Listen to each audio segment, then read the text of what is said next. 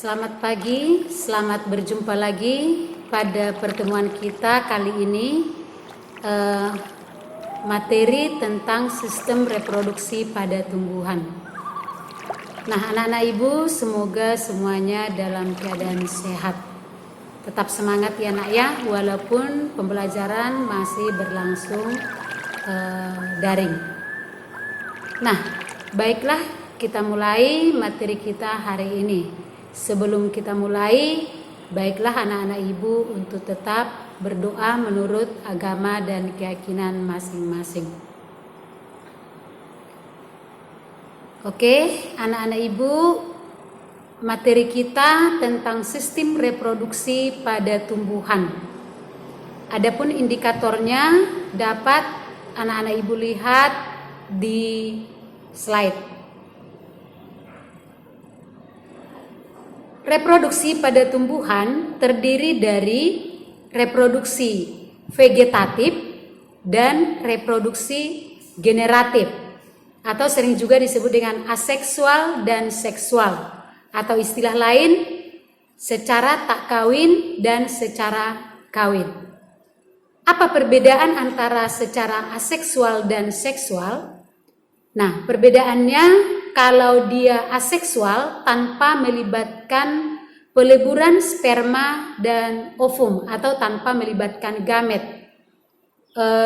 Biasanya berasal dari satu induk, sifat individu baru yang dihasilkan itu identik atau seragam, dan jumlah keturunannya umumnya sedikit, kecuali kultur jaringan. Sedangkan reproduksi seksual itu terbentuk karena adanya pembuahan, yaitu peleburan sel sperma dengan sel telur.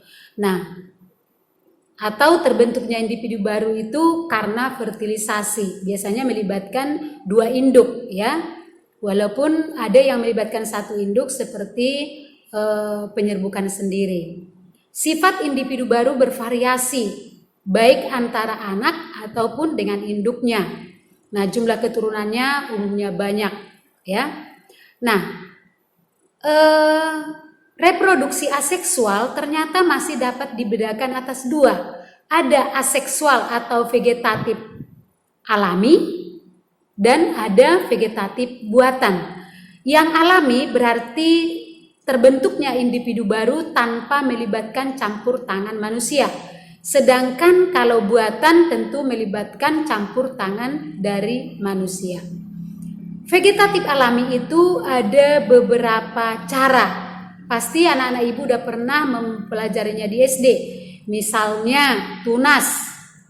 Ada tunas adventif, ada umbi akar, umbi batang, umbi lapis, rizoma, dan stolon. Nah, itu termasuk pada alat reproduksi atau cara-cara reproduksi vegetatif alami. Sedangkan vegetatif buatan itu adalah melibatkan stek, baik itu stek akar, batang, daun. Nah, yang kedua merunduk, ada yang umum namanya mencangkok, ya, yang berkembang biak dengan vegetatif alami dapat dilihat pada slide berikut. Kalau kita identifikasi, coba nomor 1 ini pisang berkembang biak dengan tunas. Yang nomor 2 cocor bebek berkembang biak dengan tunas adventif. Kentang, yaitu gambar 34 itu berkembang biak dengan umbi batang. Sedangkan gambar 56 itu berkembang biak dengan umbi akar.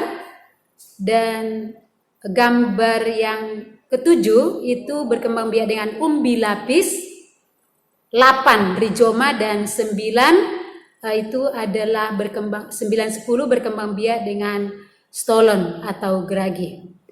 Nah, sedangkan gambar perkembangbiakan secara vegetatif buatan dapat dilihat, yaitu pertama stek. Di sini ada stek batang, kedua merunduk, ketiga mencangkok, keempat menyambung, dan yang kelima, sedangkan keenam adalah menempel.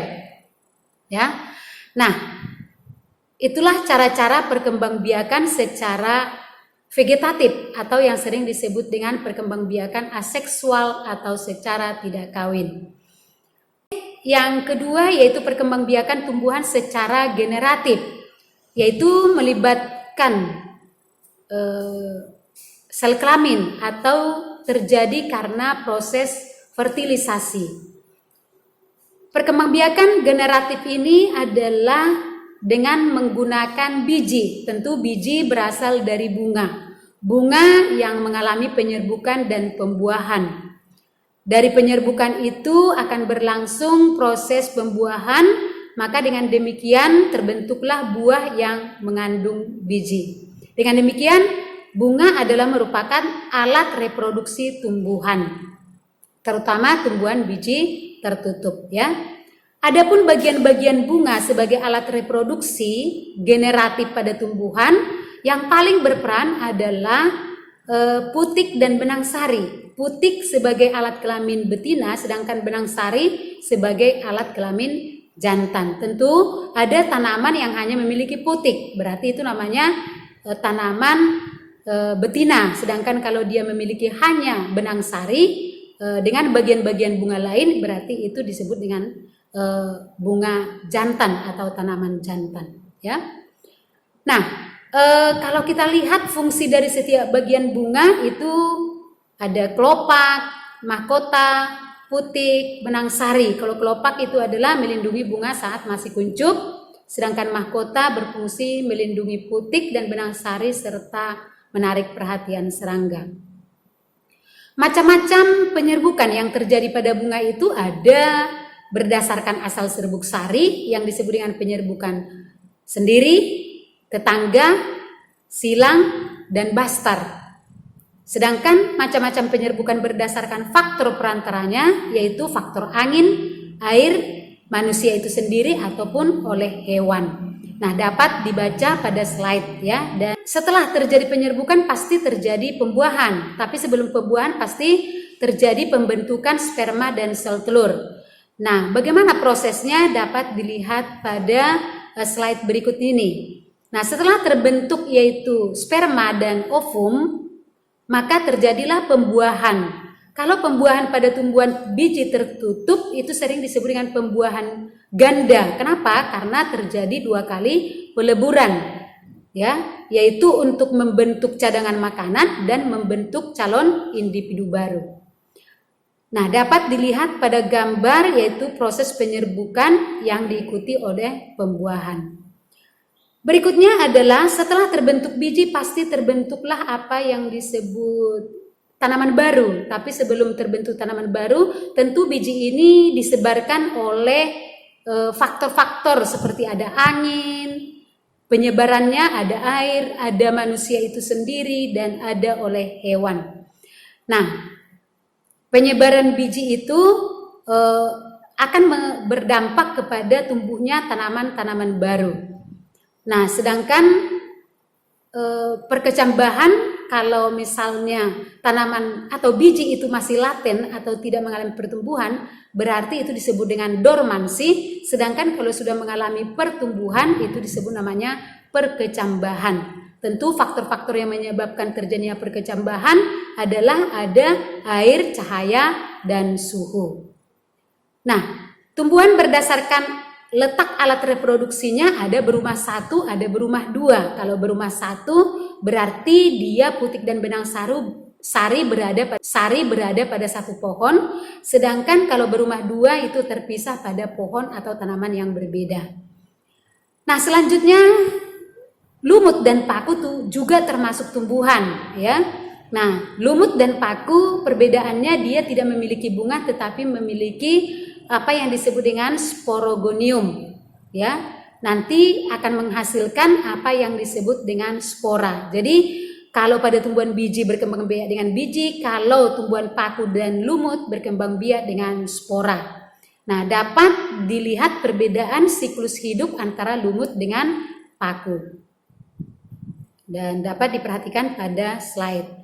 Dan yang berikutnya adalah yang terakhir yaitu teknologi reproduksi yang dikembangkan saat ini seperti hidroponik, vertikultur. Sampai di situ pembelajaran kita hari ini.